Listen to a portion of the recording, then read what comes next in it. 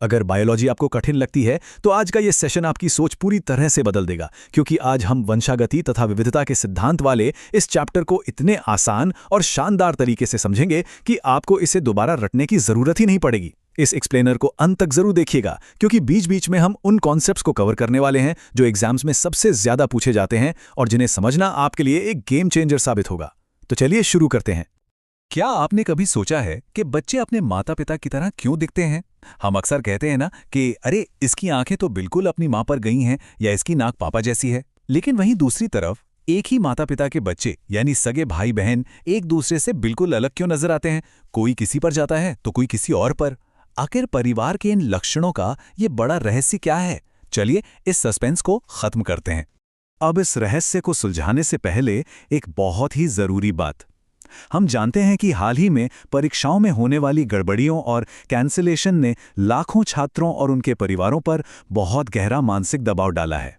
सालों की मेहनत के बाद ये संघर्ष बहुत वास्तविक और कठिन लगता है। लेकिन याद रखें, ये बाहरी चुनौतियां अपनी जगह हैं, पर आपकी असली ताकत आपका ज्ञान है। बायोलॉजी की यह कोर समझ एक भावी डॉक्टर के लिए सबसे बड़ा और सबसे सशक्त हथियार है, जिसे कोई आपसे छीन नहीं सकता। तो चलिए इस ज्ञान को और मजबूत करते हैं। हमारा पहला सबसे महत्वपूर्ण कॉन्सेप्ट है वंशागति, जिसे अंग्रेजी में इनहेरिटेंस कहते हैं। इसका सीधा सा मतलब है लक्षणों का एक पीढ़ी से दूसरी पीढ़ी में जाना। जैसे जब किसी नवजात बच्चे को उसकी मां की आंखों का रंग मिलता है, तो यह वंशागति का ही एक परफेक्ट रियल लाइफ उदाहरण है। माता पिता अपने आनुवंशिक गुण यानी अपना जेनेटिक मटीरियल अपनी संतान को ट्रांसफर करते हैं। बस यही वंशागति है। लेकिन अगर सब कुछ माता पिता से ही आ रहा है, तो भाई बहन एक दूसरे से इतने अलग क्यों होते हैं? यहीं पर हमारा दूसरा शब्द आता है, विभिन्नता या वेरिएशन। एक ही माता पिता की संतानों के बीच जो शारीरिक और आनुवंशिक अंतर होते हैं, उसे ही विभिन्नता कहते हैं। आप खुद को और अपने भाई या बहन को देखिए। आपके चेहरों और शारीरिक बनावट में जो स्पष्ट अंतर आपको दिखता है, वही तो विभिन्नता का कमाल है। अब जीव विज्ञान की जिस विशेष शाखा में हम वंशागति और विभिन्नता इन दोनों का एक साथ गहराई से अध्ययन करते हैं, उसे आनुवंशिकी यानी जेनेटिक्स कहते हैं। बिल्कुल सही सुना आपने। यही वो विज्ञान है जिसके पास परिवार के इन लक्षणों के सारे रहस्यों के सटीक जवाब छिपे हैं। यही तय करता है कि कौन सा गुण आगे जाएगा और कौन सा नया अंतर पैदा होगा। तो अब सबसे बड़ा सवाल ये उठता है कि ये गुण, ये विशेष लक्षण माता पिता से एक बच्चे तक आखिर सफर कैसे करते हैं? क्या शरीर के अंदर कोई छुपा हुआ रास्ता है?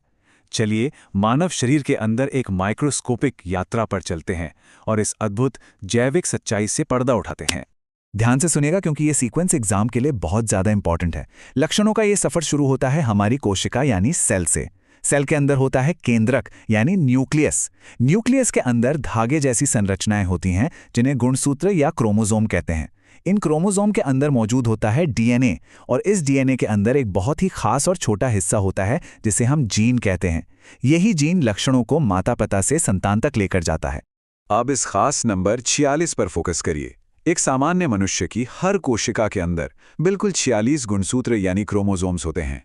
चाहे पुरुष हो या महिला, ये संख्या हमेशा 46 ही होती है। लेकिन ये 46 गुणसूत्र आगे चलकर दो बहुत ही महत्वपूर्ण हिस्सों में बढ़ जाते हैं। कैसे? आइए देखते हैं। ये ब्लूप्रिंट सच में बहुत ही शानदार है। कुल 46 गुणसूत्रों में से 44 समजात गुणसूत्र यानी ऑटोसोम्स होते हैं।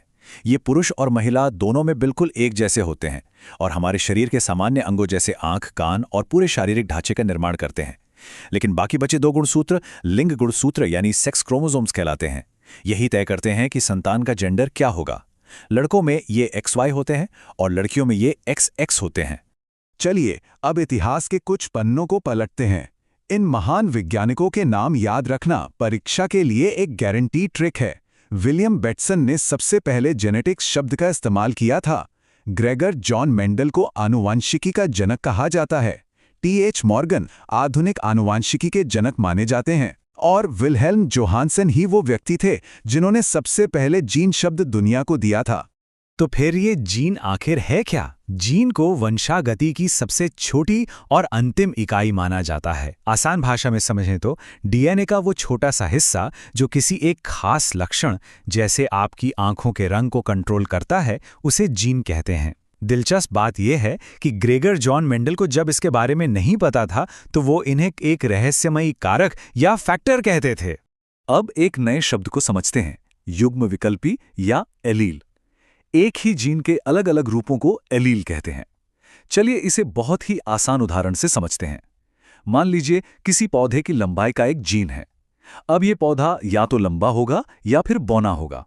तो लंबापन और बौनापन एक ही जीन के दो अलग अलग रूप यानी दो अलग अलग एलील हैं।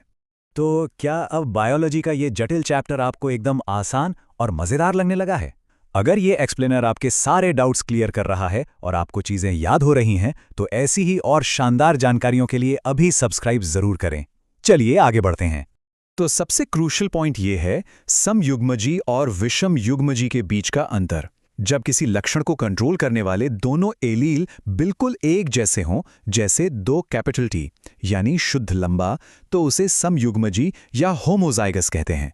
और जब दोनों एलील अलग अलग हों, जैसे एक कैपिटल टी और एक स्मॉल टी यानी हाइब्रिड लंबा, तो उसे विषमयुग्मजी या हेटेरोजाइगस कहा जाता है। आइए इसे और गहराई से समझते हैं। फिनोटाइप और जीनोटाइप किसी जीव के वो लक्षण जो हमें बाहर से स्पष्ट रूप से दिखाई देते हैं, जैसे आपकी त्वचा का रंग या आपकी लंबाई, उससे फिनोटाइप कहते हैं।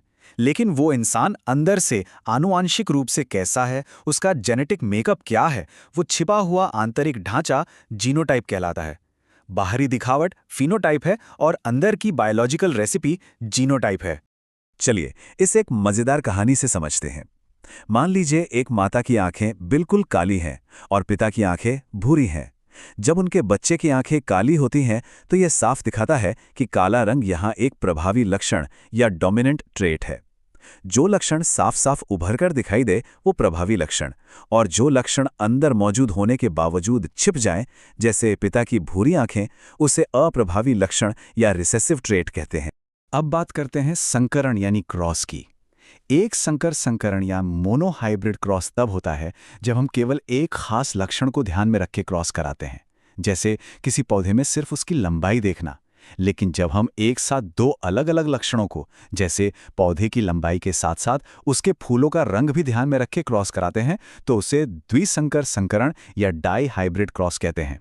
चलिए आज का सेशन खत्म होने से पहले एक बहुत ही सुपरफास्ट और एनर्जेटिक रीकैप करते हैं, ताकि सब कुछ दिमाग में हमेशा के लिए छप जाए। वंशागति गुणों को आगे बढ़ाती है, विभिन्नता अंतर पैदा करती है। गुणों का सफर है कोशिका से केंद्रक, फिर क्रोमोसोम, फिर डीएनए और अंत में जीन। इंसानों में 44 ऑटोसोम्स और 2 सेक्स क्रोमोसोम्स होते हैं। बाहरी बनावट फिनोटाइप है, अंदर की बनावट जीनोटाइप है। और हमेशा याद रखिएगा, ग्रेगर जॉन मेंडल आनुवांशिकी के जनक हैं। अब जाते जाते एक बहुत ही बड़ा और प्रोवोकेटिव सवाल। आखिर ग्रेगर जॉन मेंडल ने मटर के साधारण से पौधों का इस्तेमाल करके जीवन के इतने गहरे और जटिल रहस्यों को कैसे सुलझा लिया? उन्होंने इन नियमों का उपयोग कैसे किया? ये एक ऐसा रहस्य है जो हम अगली चर्चा में गहराई से समझेंगे। तब तक के लिए ऐसे ही सीखते रहने के लिए सब्सक्राइब टू एग्जाम क्रैकर्स।